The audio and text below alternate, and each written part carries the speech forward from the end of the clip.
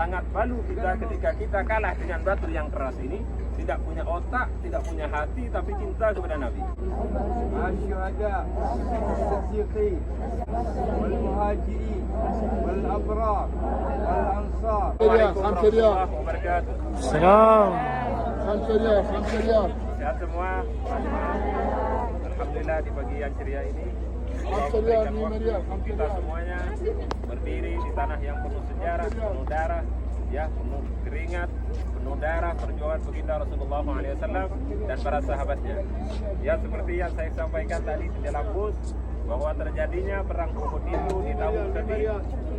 Tahun berapa? Tahun ketiga Hijriah. Tahun 2 Hijriah Rasulullah SAW melakukan peperangan di perang Badar. Terjadi di lembah Badar, maka dinamakan perang Badar. Tahun 2 Hijriah. 3 Hijriah Rasulullah SAW melakukan peperangan lagi di area lapang ini yang dinamakan perang Uhud. Perang Badar 2 Hijriah, perang Uhud 3 Hijriah. Perang Badar 2 Hijriah di bulan Ramadan, ya, di bulan Ramadan hari Jumat. Bulan Ramadan hari Jumat. Tahun 2 Hijriah, bulan Ramadan hari Jumat. Perang Uhud 3 Hijriah, bulan Syawal hari Sabtu. Tahunnya beda setahun, bulannya beda sebulan, harinya beda sehari. 2, 3 Ramadan, Syawal, Jumat, Sabtu. Paham anak-anak? Paham. Jadi perang 2 Hijriah perang Badar, 3 Hijriah perang Uhud. Di lembah Uhud ini Rasulullah SAW mengumpul pasukannya, yaitu para kaum muslimin, jumlahnya 700. Berapa jumlahnya? 700 para kaum muslimin. Di perang Badar jumlahnya 313. Berapa jumlahnya? 313. Di Uhud 700 para kaum muslimin. Ya, secara singkat saja, Rasulullah SAW hari Minggu sore, hari Jumat sore, Rasulullah menuju ke area lapang ini. Malam Sabtu Rasulullah SAW sudah berada di area lapang. Pagi seperti jam sekarang ini, antara jam 8 terjadinya perang Uhud. Tepat di hari Sabtu. Hari apa? Hari Sabtu, waktu duha. Jadi Rasulullah SAW, sekarang kita hari Jumat, besok berarti Sabtu. Tepat di hari Sabtu. Waktu duha Rasulullah SAW menyusun para kaum muslimin, jumlahnya 700. 700 dibagi 2, dikurangi 50, sisa 650. 50 dikemanakan oleh Rasulullah, 50 ini diarahkan oleh Nabi untuk menetap di atas bukit itu. Itu bukit apa namanya? Itu namanya Bukit Umat atau Bukit Pemanah. Jadi 50 ini pasukan pemanah. Tinggal 650 di bawah. Jadi barisan di bawah 650, 50 di atas bukit itu. Jadi secara singkat saja, perang sudah dimulai. Sebelum perang dimulai oleh Rasulullah SAW diberikan masukan kepada para kaum muslimin. Apapun yang terjadi, kepada siapa? Kepada mereka pasukan pemanah. Karena benteng pertahanan di dalam pertempuran Uhud yang ada di Bukit Rumat itu atau Bukit Pemanah. Rasulullah SAW berpesan kepada mereka, jangan kalian turun menang ataupun kalah sebelum ada perintah dari Rasulullah SAW. Perang sudah dimulai. Di awal pertempuran, para kaum muslimin berhasil mukul mundur. Musuhnya 3.000, para kaum muslimin di bawah 650. Di atas 50, musuhnya 3.000. Yang dipimpin Abu Sufyan, Khalid bin Walid sebelum masuk Islam. Ya, para kaum muslimin berhasil mukul mundur. Semuanya lari kocar kacir. Khalid bin Walid tidak ikut berperang langsung. Khalid bin Walid 200 pasukan berkuda tinggal di salah satu lembah. Berarti yang berperang langsung orang kafir ini jumlahnya 2.800. Berapa jumlahnya? 800. Kemana 200? Khalid bin Walid pasukan berkuda ini tidak ikut perang langsung. Khalid bin Walid ini memimpin pasukan berkuda tinggal di salah satu lembah untuk mengintai para kaum muslimin dari arah kejauhan. Setelah Khalid bin Walid melihat di sana hanya tinggal sedikit, maka Khalid bin Walid menyerang dari belakang. Ketika para kaum muslimin asik untuk merebut harta ghanimah di bawah, Khalid bin Walid yang tinggal di salah satu lembah, waktunya Khalid bin Walid menyerang dari belakang. Karena pada saat itu Rasulullah sudah berpesan kepada mereka, jangan kalian turun menang ataupun kalah sebelum ada perintah dari Nabi. Ternyata mereka yang di atas bukit ini turun semuanya, hanya tinggal sebagian orang saja. Mereka merasa menang, mereka turun semuanya untuk merebut harta ghanimah yang ada di bawah. Apa yang terjadi? Khalid bin Walid menyerang dari belakang. Itulah kekalahan di dalam pertempuran Uhud. Ada dua faktor. Yang pertama, tidak taat terhadap pemerintah. ya, atas perintah pimpinan. Siapa pimpinannya? Nabi Muhammad. Yang kedua, karena terlalu fokus, terlalu cinta terhadap isu duniawi, ya, mereka turun semuanya berbondong-bondong untuk merebut harta ghanimah yang ada di bawah. Kata sahabat yang lain, kalau kita tidak turun, kita tidak kebagian. Akhirnya turunlah mereka menyusul ke bawah. Setelah diserang dari belakang, banyaklah para kaum muslimin yang meninggal di dalam pertempuran Uhud. Jumlahnya 70 para kaum muslimin. Berapa jumlahnya? 70 para kaum muslimin. Ada sahabat Rasulullah SAW namanya Sayyidina Hamzah, gugur di dalam pertempuran Uhud. Ada Mus'ab bin Umair, ya, ada Abdullah bin Jahsi, ada para kaum muslimin lainnya. Jadi Bapak Ibu Rasulullah, secara singkat saja, maka di sini ada dua kuburan. Ini makam yang pertama, isinya dua. Ini Sayyidina Hamzah bin Abdul Muttalib. Di belakangnya lagi Mus'ab bin Umair. Namanya Mus'ab bin Umair. Sahabat Sayyidina Hamzah itu dibelah dadanya oleh Hindun, ditarik hatinya karena suami Hindun dibunuh oleh Sayyidina Hamzah di perang Badar. Memiliki dendam, maka terbunuhlah Sayyidina Hamzah ditombak oleh Hindun, dibelahlah dadanya, ditarik isi perutnya semuanya, dimakan mentah-mentah oleh Hindun. Ya, Mus'ab bin Umair. Mus'ab bin Umair ini tangannya dua-duanya putus. Ya, Mus'ab bin Umair ini pemegang bendera. Ya, pemegang bendera di dalam pertempuran. Mus'ab bin Umair pemegang bendera dalam pertempuran. Putus tangan kanannya, jatuh benderanya, diambil dengan tangan kiri, ditebas lagi, putus lagi tangan dua-duanya, diambil dengan giginya, pakai bibir dia, diambil ke bawah tanah. Karena di dalam pertempuran itu selagi bendera ada di atas berarti belum kalah. Akhirnya Mus'ab bin Umair meninggal. Ada satu lagi Abdullah bin Jahsi, dua-duanya putus tangannya. Pemegang bendera, ada dua bendera, Muhajirin, Ansar. Muhajirin dari Mekah, Ansar penduduk kota Madinah. Paham ibu-ibu? Paham. Paham? Paham. Saya percaya. Pokoknya saya percaya. Jadi setelah itu Mus'ab bin Umair, Abdullah bin Jahsi meninggal di dalam pertempuran Uhud. Ada sahabat Abu Talha. Abu Talha ini yang selalu membentengi Rasulullah SAW.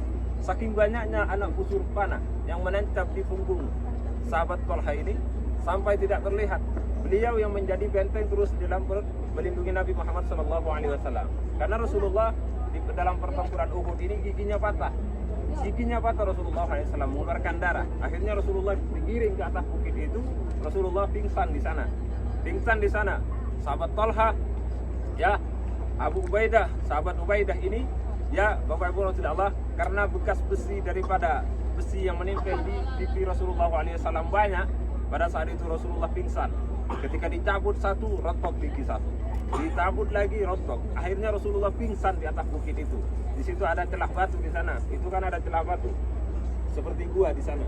Di situ Rasulullah SAW berlindung, ya, digiring oleh para sahabatnya, ya, dari serangan orang kafir. Akhirnya Rasulullah SAW ketika berada di atas, Rasulullah pingsan di sana. Bapak Ibu Rasulullah Subhanahu Wa Taala, di sini ada dua makam. Ada dua isinya, dan di sana para kaum muslimin jumlahnya 68 para kaum muslimin. Ya, kenapa dijadikan dua? Karena setelah peperangan Uhud, berapa puluh tahun kemudian, di sini terjadi banjir besar sehingga jenazah, jasad-jasad para syuhada Uhud ini terangkat oleh airan air. Dulu belum ada HP, jadi mereka belum sempat video. Jadi mereka datang semua penduduk Madinah ini untuk melihat jasad-jasad para syuhada Uhud ini. Akhirnya mereka tahu dari sejarah, oh ini Sayyidina Hamzah, dibelah dadanya. Darahnya masih mengalir walaupun sudah ratusan tahun. Oh ini Mus'ab bin Umair, tangannya putus dua-duanya. Akhirnya dikuburlah mereka, ya, dibagi dua. Yang pertama Sayyidina Hamzah, yang kemudian yang kedua Mus'ab bin Umair. Para kaum muslimin 68 di makam di sebelahnya. Jadi di sana itu isinya 68, di sini dua. Berarti jumlahnya 70 para kaum muslimin. Paham Bapak Ibu? Paham. Kan bapak-bapaknya cuma 3. Paham Ibu-ibu? Ya, jadi inilah para syuhada Uhud. Mudah-mudahan walaupun kita tidak berperang bersama mereka, kita ibarat padi, kita hanya memakan nasinya saja. Ya, yang menanam orang tua, ya, dari padi jadi beras, jadi nasi, kita tinggal makan nasinya saja. Ya, begitu juga dengan Islam.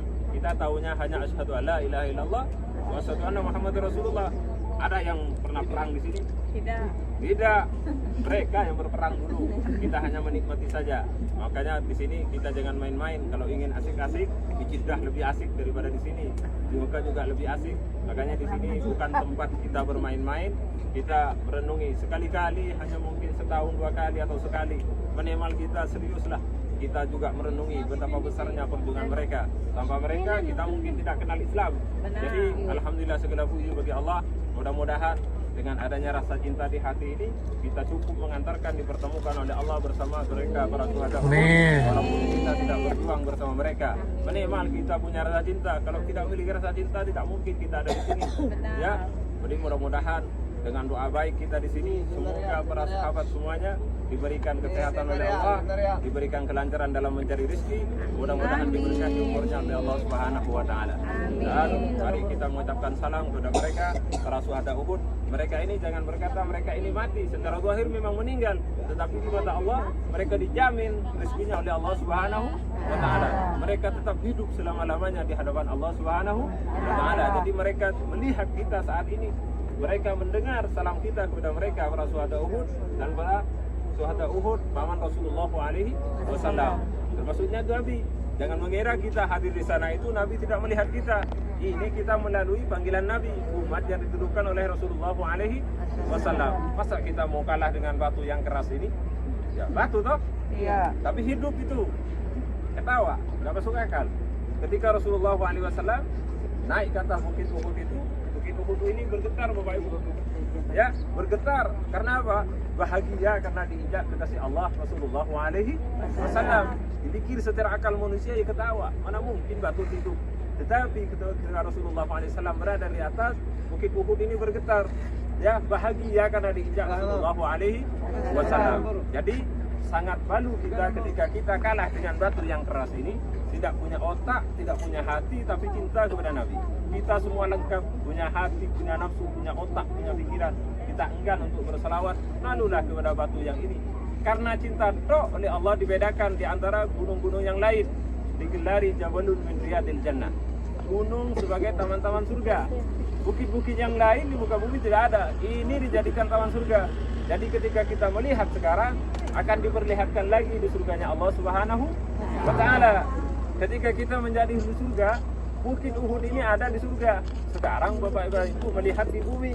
Maka ini salah satu bukit yang diangkat oleh Allah dijadikan taman surga. Kalau kita kalah dengan batu ini, enggan untuk berselawat kepada Nabi, ya malulah dengan batu yang keras ini. Tidak punya otak, tidak punya pikiran, tetapi cinta kepada Nabi. Cinta tok diletakkan di surga. Apalagi kita yang selalu cinta berselawat kepada Nabi besar Muhammad sallallahu alaihi wasallam. Makanya jangan main-main di sini, kita mengasah hati kita. Mudah-mudahan walaupun selalai apapun kita masih memiliki waktu untuk berselawat kepada Nabi besar Muhammad sallallahu alaihi wasallam. Dan kami juga sebagai panitia Aminatur, kami tidak hanya memikirkan ya mukimin, yang penting jalanlah, tiktokan lah, foto-foto lah, nggak usah dijelasin. Ya enggak, saya nggak mau seperti itu. Saya ahli di dalam konten sejarah untuk semuanya. Apalagi bawa jemaah seperti ini, paling senang saya. Apalagi dengerin.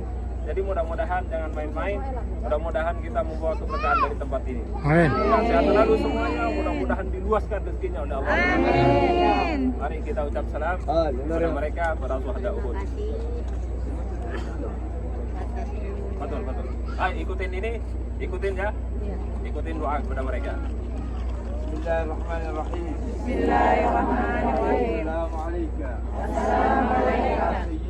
سيدنا يا حمزة يا عم رسول الله يا عم حبيب الله يا عم المصطفى يا أسد الله وأسد رسوله. السلام عليكم أهل الديار من المؤمنين والمسلمين. نسأل الله لنا ولكم الأجر والعافية. السلام عليكم دار قوم مؤمنين أنتم السابقون، ونحن إن شاء الله بكم لاحقون على الإيمان والإسلام. اللهم أجزهم على الإسلام خير الجزاء. اللهم لا تفتنا من بعدهم ولا تحرمنا من أجرهم، واغفر لنا ولهم ولجميع المسلمين والمسلمات الأحياء منهم والأموات. اللهم اللهم أكرم مقامهم وارفع درجاتهم بمنك وكرمك يا أكرم الأكرمين. السلام عليكم يا شهداء أحد، يا نجباء، يا أتقياء، يا أهل الصدق والعدل والوفاء، يا مجاهدين في سبيل الله حق الجهاد. يغفر الله لنا ولكم. اللهم احشرنا في زمرتهم مع الشهداء والصديقين والصالحين والمهاجرين والأبرار والأنصار برحمتك يا أرحم الراحمين يا رب العالمين. صلى الله وسلم على سيدنا محمد الفاتح. أعوذ بالله من الشيطان.